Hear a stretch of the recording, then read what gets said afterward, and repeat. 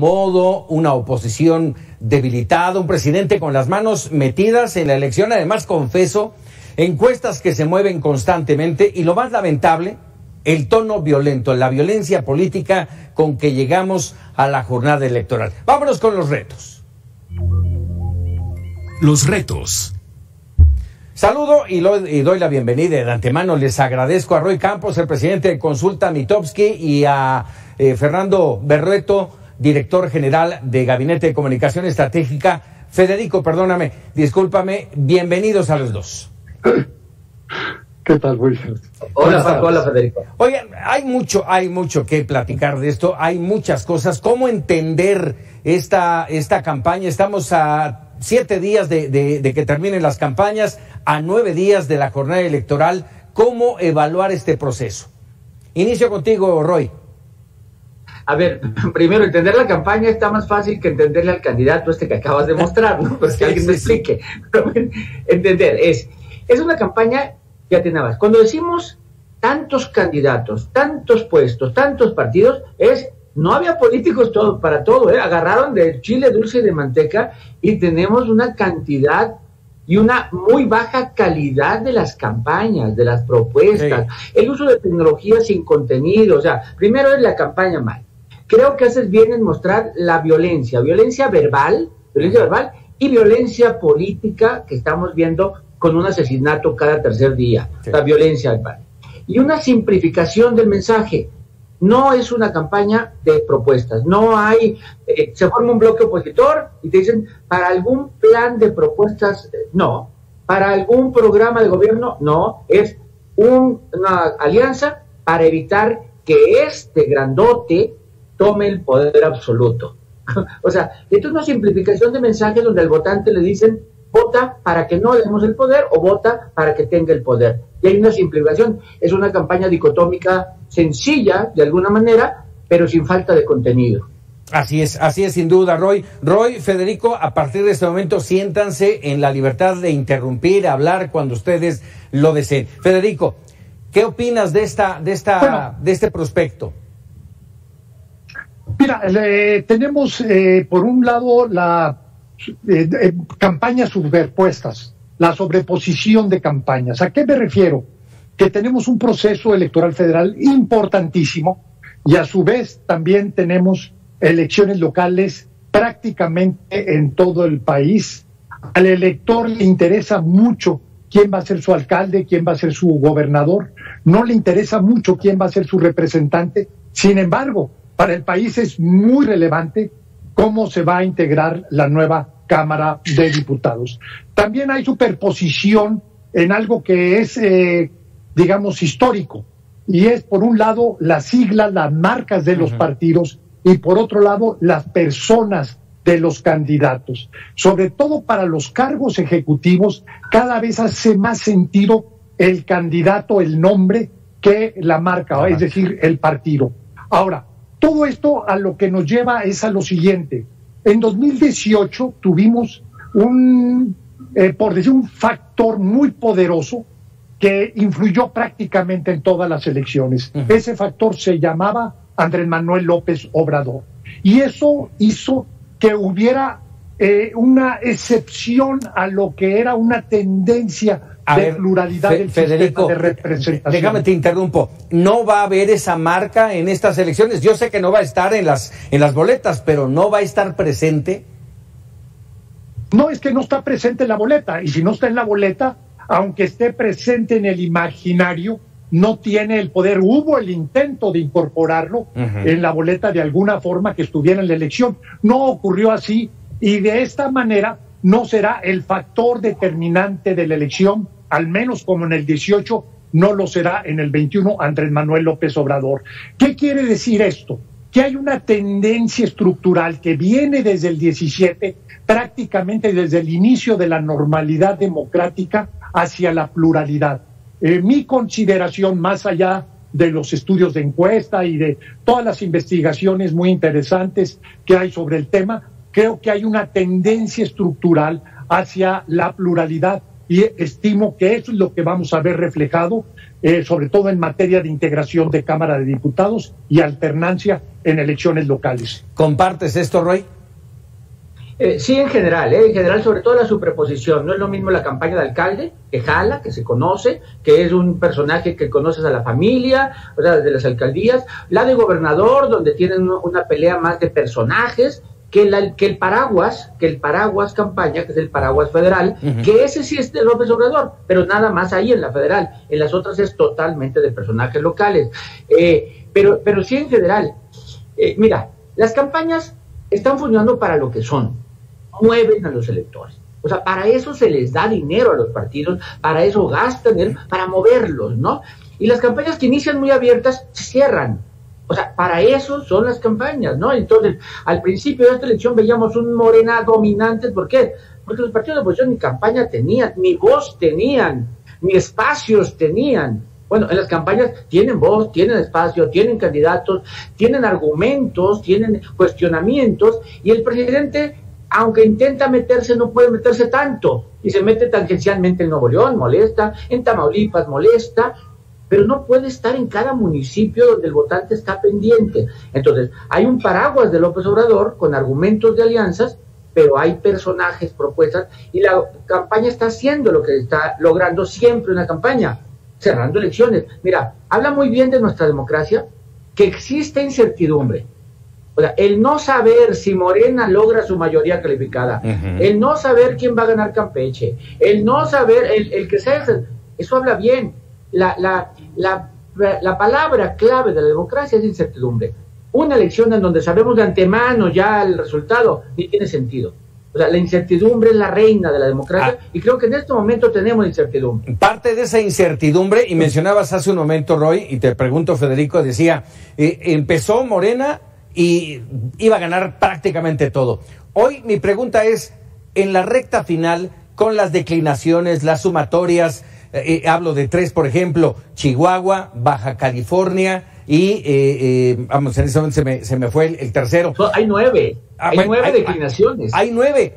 Hay 9. ¿Qué nos dice en Chihuahua eso? Hay 4. En Chihuahua hay 4, en Sinaloa, en Sonora, en Tlaxcala, en Michoacán, hay 9. Está de locos. Sí. ¿Qué nos dice eso, Federico? Bueno, primero, no todas las declinaciones son iguales. Por ejemplo, la de Ricardo Burz en Sonora tiene un poder muy relevante, primero porque tenemos 2 candidatos que están compitiendo muy cerradamente y un tercer candidato que es el que declina con un porcentaje de votos, según las encuestas, que bien pudiera hacer la diferencia. Si esos votos los pudiera arrastrar el que declina sobre el beneficiado, pues ahí se resolvería la elección. Difícil que eso suceda porque pues una declinación no significa en automático un traslado de los votos. Pero aquí hay un tema que yo diría, y es el que a mí me preocupa en especial. Sí. El hecho de que se haya creado una expectativa desde mi punto de vista falsa, que en eso en algo tuvieron que ver las encuestas convencionales, de que iba a arrollar Morena.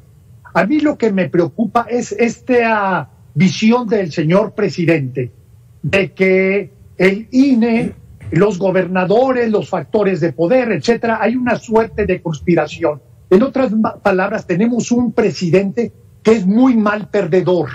Y si se perfila y se concreta un resultado en el cual pierde mayoría Morena, el partido gobernante, y eventualmente la coalición o el grupo de partidos que ellos conforman, me preocupa mucho que esta idea de que Morena iba a arrollar en todos los estados, que iba a arrollar en todo el país, sea utilizado como un argumento de un mal perdedor, de que fue despojado de un triunfo, de acuerdo a lo que revelaban las encuestas hace un mes, hace mes y medio.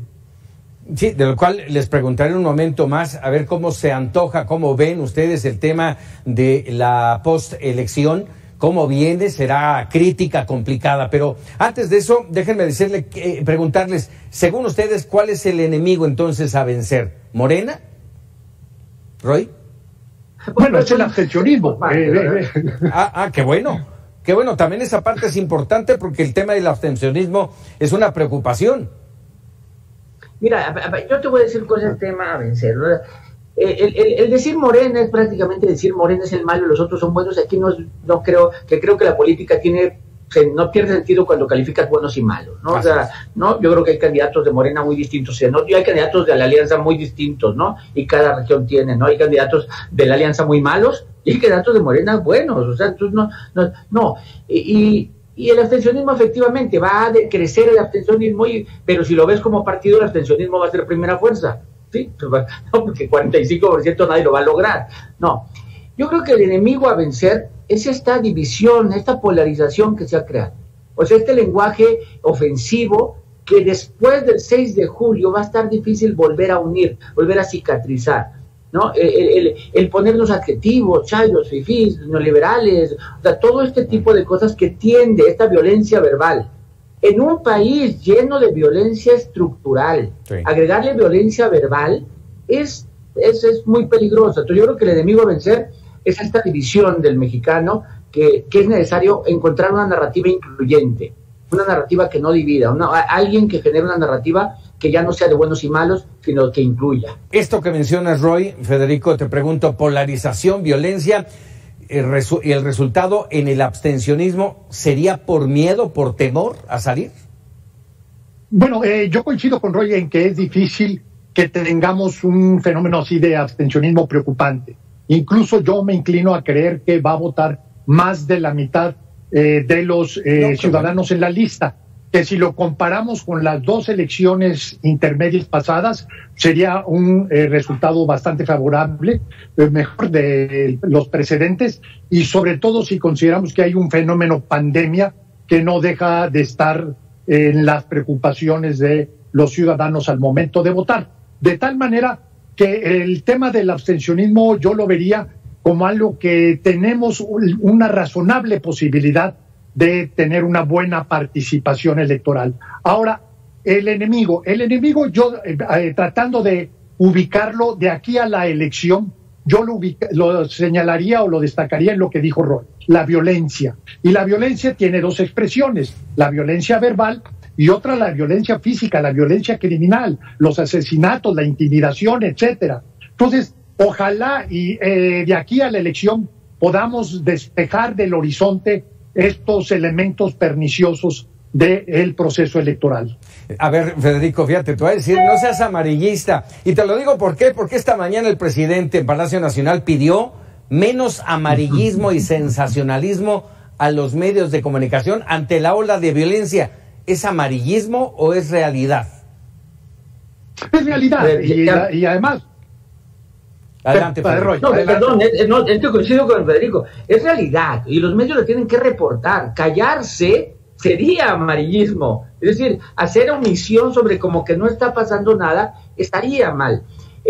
Lo que sí puedes decir es que esto no es nuevo. O sea, eso sí lo podemos decir, porque esta violencia no se ha parado. Es decir, no es que esté en este momento. Desde el 2018 teníamos el crimen organizado tratando de controlar y decidir con balas y no con votos, pero esto no ha parado y nuevamente se presenta. Pero bueno, era un gobierno, ahora es otro gobierno. De todos modos tenemos que exigir, igual que la vez pasada, al gobierno que intervenga y a los políticos que tomen conciencia de lo que está pasando. O sea, que tomen conciencia.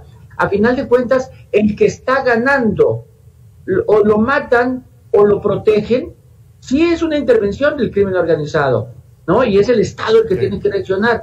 ¿Y dónde está el acuerdo político? En donde hay esta violencia, el acuerdo político de los candidatos de salir todos juntos y decir, a ver, reclamamos la violencia y vamos a hacer otro tipo de campaña. Basta de agredirnos. O sea, sí se requiere una reacción de los políticos, del Estado, y dejar que los gobernantes los elijan los ciudadanos con voto y no el crimen organizado con balas. Déjenme ir rápidamente, si me lo permiten, Federico, Roy, a la sección de Bote Pronto. De Bote Pronto. Les explico esta sección, les hacemos preguntas rápidas, serán 2 o 3 preguntas rápidas, muy concretas. La respuesta es sí o no, o una palabra que defina esta situación. La primera de ellas les pregunto, ¿va a haber una crisis postelectoral? Empiezo contigo, Federico. Sí, sí la va a haber y la va a iniciar el presidente. Muy bien. Roy. Problemas postelectorales. ¿Por qué? Problemas. Porque creo que no es crisis, o sea, porque nomás hay que pensar, para explicar el proceso electoral no termina el 6 de junio, entonces los partidos tienen cierto derecho, ¿no? Creo que no va a ser crisis, va a haber mucha impugnación, van a llenar de trabajo, el presidente se puede quejar, pero mientras no pase de no respetar la decisión del tribunal, creo que no es crisis, es proceso electoral. Entonces va a haber problemas postelectorales, pero no quiero llamar a crisis porque el país no se va a detener. Es un poco lo que no quiero caer hasta allá, nada más. Gracias, Roy. ¿Sí o no, Federico, conservará Morena la mayoría en el Congreso Federal? No. Roy. La mayoría calificada, no. Es que hay que pensar. La mayoría calificada, no. 251, Morena no. López Obrador, sí. Wow. Ahora déjame ir a lo local en la Ciudad de México. ¿La Ciudad de México será multicolor, Federico? Será multicolor, efectivamente, en algunos espacios PAN, en otros PRD, mayoritariamente Morena. Bueno, se mantiene. Roy. Sí, también, va a haber multicolor. Rápidamente, la última. Son 15 gubernaturas en juego. ¿Cuántas gubernaturas ganará Morena, Roy? 9. Federico, 7. Caray, pues bueno, interesante. Todavía es un número importante, no alejado de cómo se inició este proceso electoral. Hay quienes dicen que ya nada más está en 2, pero bueno, ya lo veremos el 6 de junio, ¿no? Sí, así es. No hay plazo que no se cumpla, ¿no? Ya estaremos ahí el 6 de junio. Bueno, pues de antemano, como siempre, Federico Berrueto, Roy Campos, agradecido de estos minutos. Esperamos que el 6 de junio en algún momento nos puedan acompañar en la cobertura especial de Voto por México. Claro que sí, sí, voten todos los que escuchan, voten. Perfecto. Voten. Va que va. Muchísimas gracias a los dos. Gracias, Paco, Roy. Bye. Hasta luego.